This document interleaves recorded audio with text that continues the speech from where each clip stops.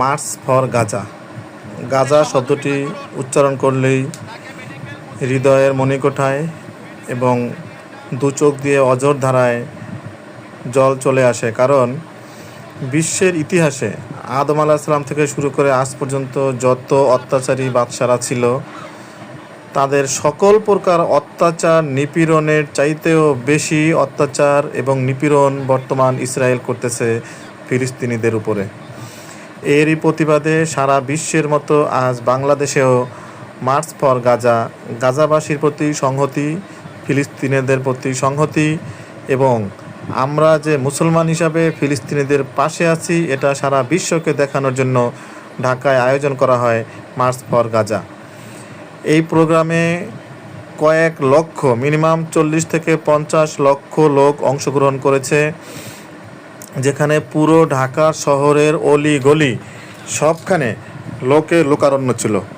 সব রাস্তাঘাট বন্ধ হয়ে যায় আজকের এই জনসমুদ্রের কারণে।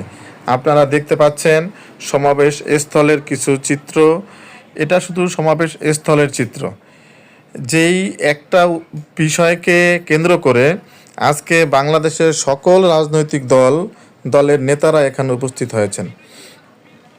বিএনপি, জামাত, চরমনাই, হেফাজত সহ নতুন ছাত্রদের রাজনৈতিক দল সহ সকল প্রকার রাজনৈতিক সংগঠনের নেতারা এখানে উপস্থিত হয়েছেন। সবার একটাই বলা যে আমরা ফিলিস্তিনিদের পাশে আছি। এই ফিলিস্তিনিদেরকে যেভাবে নির্যাতন করে নিধন করা হচ্ছে, বর্তমান বিশ্ব যেখানে শক্তিধর দেশগুলো চুপ হয়ে বসে আছে। আজকে জাতিসংঘ এত সত্যি ন্যায়ের কথা বলে, সে জাতিসংঘ কি করছে?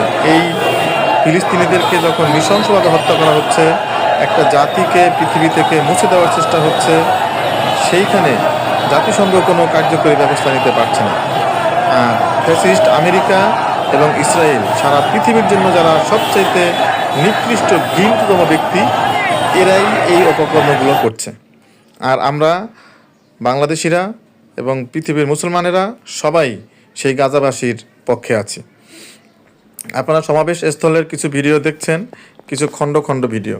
আসলে পুরো সমাবেশ স্থলে এত লোক, 40 থেকে 50 লক্ষ লোক আজকে ঢাকা শহরে, এত লোকের ভিডিও করা, ছবি তোলা একসাথে কিভাবে সম্ভব? দেখেন, লোকারণ্য। সবার একটাই চাওয়া, হে আল্লাহ তুমি গাজাবাসীকে মুক্তি দাও। এই ইসরায়েল নির্যাতনকারী ফেরাউন নমরুদের চাইতেও করুণ পরিণতি তুমি ইসরায়েল এবং আমেরিকার জন্য করে দাও।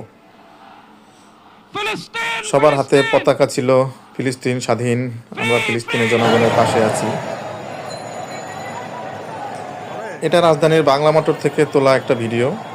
দেখেন কিভাবে রাস্তা ধরে ধরে মানুষ হেঁটে হেঁটে শাহবাগের দিকে যাচ্ছে। সেই গাজীপুর থেকে, সাভার থেকে লোকজন হেঁটে হেঁটে চলে আসছে আজকে এইখানে শুধু ফিলিস্তিনিদের প্রতি তাদের সংহতি প্রকাশ করার জন্য।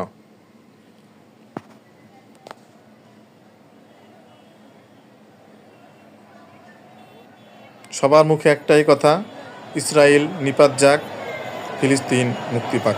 আল্লাহ আমাদের সকলের মনের ইচ্ছা পূরণ করুক, আমিন।